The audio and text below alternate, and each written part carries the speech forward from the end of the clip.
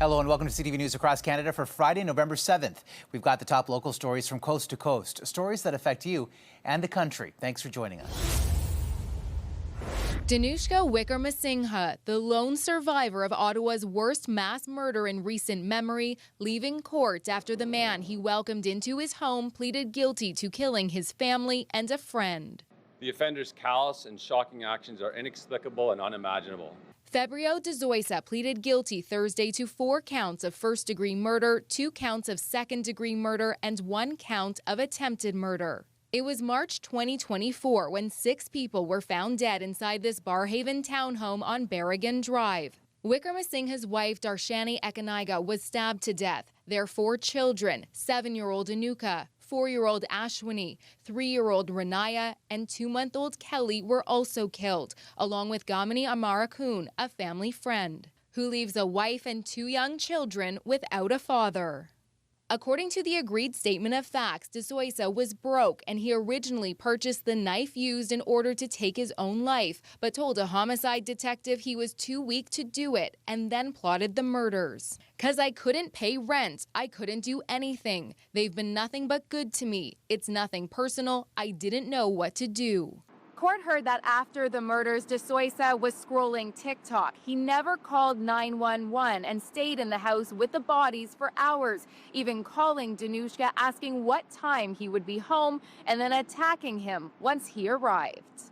Superior Court Justice Kevin Phillips said the level of violence was stupefying, monstrous, even demonic. "You are the stuff of nightmares. If I could give consecutive sentences, I would." Nothing ever prepares you for just such a shocking case of mass brutality. And I think that justice has been served for all of the victims in this case and for our community at large. In a victim impact statement, Wickramasinghe said, "I wake up every day with their faces in my heart. There is no recovery from this. I can only hope by helping others, I can honor them." Amara Kuhn's wife described a hardworking and loving family man. "My whole world had been shattered in an instant." This is a very tragic case. My heart goes out to all of the people that were affected by this. The victims and the community will be spared the further pain of a trial. I know that there are a lot of unanswered questions in this case. Some of them I simply don't have, and others I'm simply not at liberty to provide. Addressing the court, de Zoysa said, "I'm deeply sorry for what I've done. I will spend the rest of my life accepting responsibility for the harm I've caused." If there is a story to be told today, let it be about Danushka's bravery, about his beautiful family, his wife and his children. Let it be about Gamini's devotion to his family in Sri Lanka, his wife and his children. Let it be about the loss we all feel today, the loss of innocent members of our community. De Zoysa was sentenced to life in prison with no chance of parole for 25 years. The judge told de Zoysa his actions shook the community to its core, destroyed 2 beautiful families, and sentenced many people to a lifetime of sorrow. In this room are some of the people responsible for what's on your dinner plate.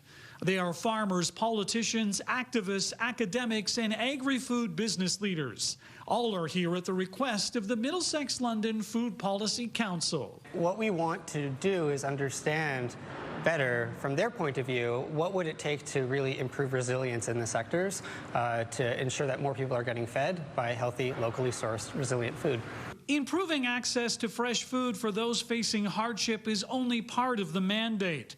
The group is out to listen to everyone, from food entrepreneurs to those putting seeds in the ground. All get a chance to be heard. It's more than supporting our farmers, it's befriending our farmers and understanding what their needs are as friends. This panel of farmers representing a spectrum from large acreage to community fields found common ground on the challenges of feeding the region. Each is grappling with affordable ways to grow organically and sustainably. As a farmer myself, supply chains are really challenging when you're on a small scale, trying to get your local food products into the city. But through newfound cooperation, political leaders have confidence. Like with anything, there's some silos, and I think we need to break those down and see how we can work together to have a more integrated food system that everyone can access. But will the ideas jotted down here translate into more food for all of us? We're feeling optimistic that good change is possible when we put our heads together. In London, Sean Irvin, CTV News. 2 months since the deadly fire, the signs of the tragedy remain. Stuffed toys wrapped around a tree, the burnt house still boarded up. While the investigation into who killed 11-year-old Rosa and her 24-year-old aunt, Helia Bahari Kashani, along with leaving 3 others in the family with life-threatening injuries, is far from over. This was a heinous crime. York Regional Police have arrested a woman and man from Toronto, 42-year-old Camille Hall and 30-year-old Smart Obanor. Both are facing more than a handful of charges, including 2 counts of first-degree murder, 3 counts of attempted murder, and arson. Police were asked if they believe the accused were hired or conspired in this case. At this point, there's no information to suggest that there is a relationship between the 2 people that you see charged and the victims. At this point, we don't have any evidence to suggest that that is the case. We have seen reporting to that extent, but at this point, as we said, it is an active and ongoing investigation. The fire erupted on September 1st around 3 in the morning at a home on Skywood Drive in Richmond Hill near Yonge Street and Tower Hill Road. Shortly after, a gas can was found nearby. 11-year-old Rosa died the next day, and in the days after that, her aunt died from injuries in the fire. Rosa's mother and 2 older members of the family survived. The 3 other victims have since been released from hospital and are recovering. CTV News inquired with police if other family members have been interviewed. Police say they can't disclose that information because it's an active investigation. And the homicide unit is committed to following any leads and have an open mind to all leads that could possibly link further the motive behind these 2 individuals being connected to this homicide. Officers hope by releasing these photos of the accused, more will come to light. Police are asking anyone with information to contact them or to call Crime Stoppers. Reporting live, I'm Beth McDonnell. Conestoga College has around 700 full-time faculty members, but the president of the union that represents those employees says not for long. So that gives a total of 75 fewer full-time faculty and counselors at Conestoga by December 31st this year. OPSU Local 237 says that means about 10% of the full-time faculty will be gone by the end of the year. That's 15 laid off, 4 that resigned, 37 are taking early retirement, and 19 took voluntary exit packages out of 416 who were offered them. It's never good for the individuals. It's, of course, devastating, especially since people who come to become a full-time faculty or counselor or librarian at the college or any category, they're doing it out of commitment. They're doing it not as a job, as a calling. In addition, the union claims 80 programs will be cut, including the program Leopold Koff teaches, Supply Chain. And they will be taught out, which means those students that are currently in the programs will be able to continue and finish their courses and their programs. But once that cohort is gone, then that will be the end of the program. Conestoga College confirms several programs next fall will be suspended, but says they haven't yet determined how many, saying in a statement in part, despite efforts to promote and sustain these programs, enrollment number trends are not sufficient to continue offering them in a way that meets our academic and operational standards. The college says program cuts are due to declining international student enrollment. The college says program cuts are due to declining international student enrollment, which is down 77% for the fall term compared to 2023, amid the federal cap on international students in 2024. The college notes domestic enrollment is up 16% compared to 2023, but is it too little, too late?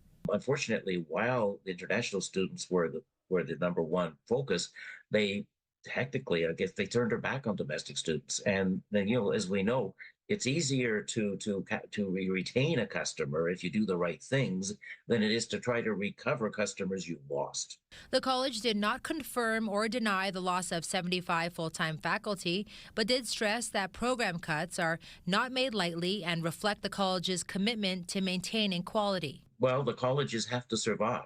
And so, therefore, they're going to do what they feel is best, whether we agree or disagree with how they're doing it. The union believes it all boils down to funding and says the province should be doing more to help. The province told CTV News in a statement in part that due to the federal government's changes to the international student visa permit process, schools like Conestoga are making difficult decisions, adding that their government has stepped up with the highest funding for the post-secondary sector in Ontario's history. It's one of the busiest and most confusing intersections in the West Island, and residents will tell you it's also one of the most dangerous. We see accidents here all the time. I've been here since 2009, and it's constant. Magda Kuibida says the danger comes when vehicles turn left from St. Charles Boulevard onto the eastbound Highway 20 on-ramp. Some of the time there's a priority left turn arrow, but at other times there isn't, and drivers in a rush frequently turn into oncoming traffic. Kuibida's daughter captured this crash on her dash cam in January. A guy was turning left and then a guy was coming down and, they T-boned each other. At rush hour, traffic backs up on St. Charles. So by the time motorists have reached the intersection, they've often been waiting to turn for 15 to 20 minutes. This morning, CTV saw 2 or 3 drivers run the red on almost every light. And that puts pedestrians in particular danger. You have to have your guard up, especially for children. I mean, we're close to elementary schools. As I mentioned, we're right at the Beaconsfield train station. In September, a 78-year-old man was hit and killed by a car turning onto the on-ramp. On the other side of the intersection, there's no pedestrian light. The pole was recently knocked down by a turning 18-wheeler. So kids and anybody else walking here, they have to sort of guess when they can go or look back at this light possibly. Martin Saint-Jean is the newly elected mayor of Beaconsfield. We're working on it, and as soon as we can do something about it, we will try and implement it. Before becoming mayor, Saint-Jean was a city councillor and chaired the Traffic Advisory Committee. Because the highway is owned by the province, he says the town has little power to act beyond adjusting the timing of the lights. There's no alteration of the light timing that is going to solve this problem. That's the reality. Resident Alison Palkivala says as the area has developed, the population has outgrown the infrastructure. They have to rebuild it. They have to. It's probably a $20 million question. Can it be done? Yes. Will it be done? I don't know. There are several partners involved. Hopefully we'll find fixes that will make the roads safer in a much faster time frame. As a start, Saint-Jean would like to see red light cameras installed and a police presence at rush hour. He says the city's Vision Zero section has been studying the intersection for the past 4 weeks and is expected to table recommendations. Matt Gilmore, CTV News. For the 30th time in the last 6 months, crews responded to an encampment fire. This one happened last night at the site near Milligan's Pond. Items like propane tanks, which there were in this case, and some other hazards, some drug paraphernalia and things, they become things that we have to be aware of as well, so that we're careful for how we're operating in those areas. Fire was extinguished and under control in about 30 minutes. By morning, city crews were on site, following through on its plan to clear the area of both people and trash as the city nears 2 months since the state of emergency declaration. U-Hauls filled up with people's belongings and taken away. Bobcats were brought in to tear down and remove what was left on site. People living illegally in the encampment forced out yet again. Well, I've been forced out of a lot of spots. I've been doing this a long time, so. You gonna be okay? Yeah. Police and security on scene all day trying to make the transition as smooth as possible.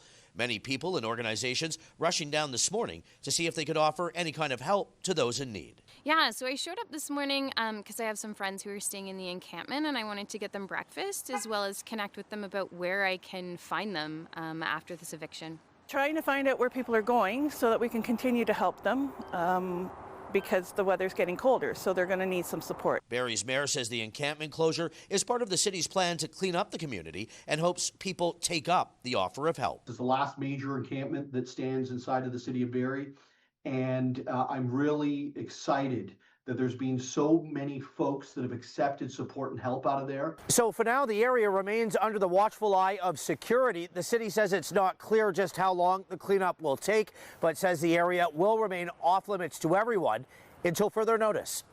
Rob Cooper, CTV News, Barrie. WestJet? Now you're part of the Ultra Extra Basic Club. It looks like a WestJet advertisement, but this video pokes fun at the airline's new non-reclining seats and takes aim at working conditions for flight attendants. With its contract set to expire December 31st, the flight attendants union wants the public to know what's at stake. This message is about respect. It's about fair pay. Flight attendants want to be paid for their work and their time. Right now, they're only compensated for time the plane is in the air, often doing hours of unpaid work each day. Flight attendants at WestJet are still working about 35 hours every month unpaid.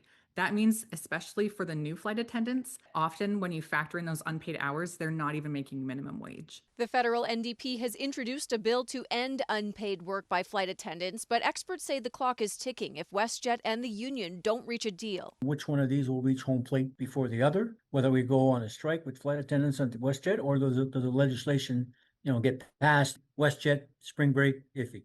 The same issue sparked an Air Canada flight attendant strike in August, halting flights for 3.5 days until the federal government ordered them back to work, with arbitrators still working out the contract. Airlines are supposed to compensate those impacted travelers, but months later, some are still waiting. Air Canada has not been fulfilling its obligations to passengers, and it is trying to just make it very difficult for passengers to recover. That's reprehensible. It's on some Calgarians' minds as they consider booking flights. Usually the best ones are like Air Canada, WestJet, but of course with the strike, I just have all these doubts. Passenger advocates say there are no quick fixes to protect your plans or money, but stronger rules and stricter enforcement could help. There's no insurance for the airlines flouting the law. The only way is, in my view, is to speak to your federal members of parliament and tell them you want proper passenger protection. Alicia Fieldberg, CTV News.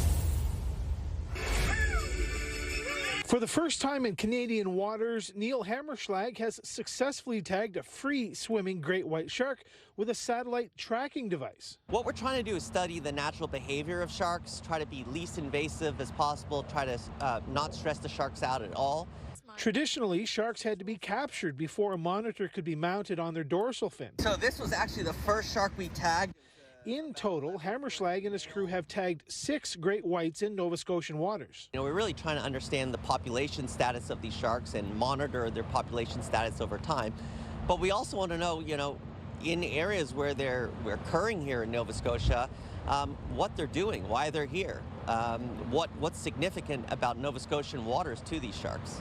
The tag is already proving valuable. Hammerschlag says until now it was believed sharks wandered the waters, but the device is sending back interesting information.